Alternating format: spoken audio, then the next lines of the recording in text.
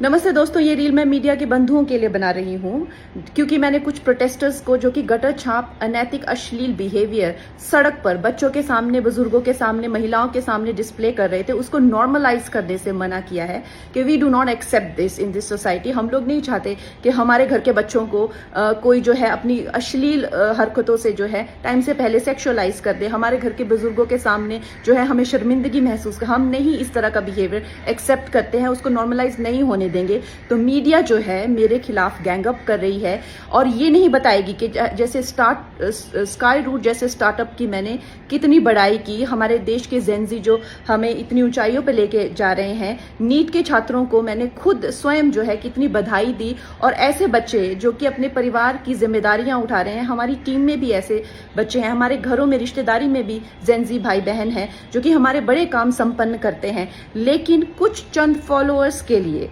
और चंद कमेंट्स के लिए और कुछ लाइक्स के लिए ये मीडिया वाले इतने ज्यादा बिक चुके हैं।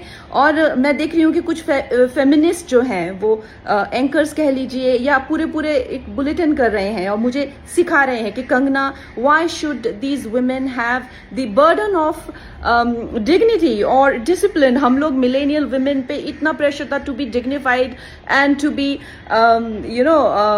Disciplined, why do we have to give that burden to this generation. Excuse me, क्या आप अपनी बेटी को ऐसा सिखाएंगे? डिसिप्लिन में रहना या मर्यादाओं में रहना कोई चॉइस नहीं है। भौंडा प्रदर्शन तो हर कोई करना चाहेगा, लेकिन अगर आपको समाज में रहना है और संविधान के हिसाब से आपको चलना पड़ेगा, जिसका मतलब है कि आपकी आजादी वहां खत्म हो जाती है जहां मेरे नाक और कान शुरू होते हैं। तो आप भौंडे बनकर सिर्फ अपने कमरे में रह सकते हैं। बाहर आकर आप मेरे आराध्य, चाहे आपको मेरे माता पिता के लिए कोई सेंटिमेंट ना हो, मेरे घर के बच्चों के लिए कोई आपको भावना ना हो, उसका मतलब ये नहीं है कि आप उनको सड़क पर सेक्सुअल गालियां देंगे, उनके मान को हानि करेंगे। मेरे आराध्य, मेरे भगवान हो, चाहे मेरे नेता हो, प्रधानमंत्री जी से जो है लोग उनको एग्जाम बडी कहते हैं बच्चे, उनके साथ में कितने लोगों की भावनाएं, कोई उनको लीडर मानता है, कोई उनको दोस्त मानता है, कोई उनको परिवारजन मानता है, कोई उनको भगवान मानता है। उसी तरह से आप किसी की फीलिंग्स हर्ट नहीं कर सकते हैं। ये कोई कूल बनना नहीं है, ये एक बेसिक सिविक सेंस है और अगर आपको ये नहीं आती है तो आपको सीखना पड़ेगा। आप ये फेमिनाजी से प्रभावित मत होइए, अपनी जिंदगी बर्बाद मत करिए। इस भौंडेपन को सिर्फ और सिर्फ आप अपने कमरे में डिस्प्ले कर सकते हैं। बाहर जाके आपको मर्यादा में रहना पड़ेगा ना, या आप वर्क प्लेस से निकाल दिए जाओगे। आप कभी भी कोई संबंध, परिवार वाले भी आपको भौंडापन नहीं झेलेंगे, तो आपके सामने एक डेड एंड के सिवाय अंधकार वाली जिंदगी हो जाएगी।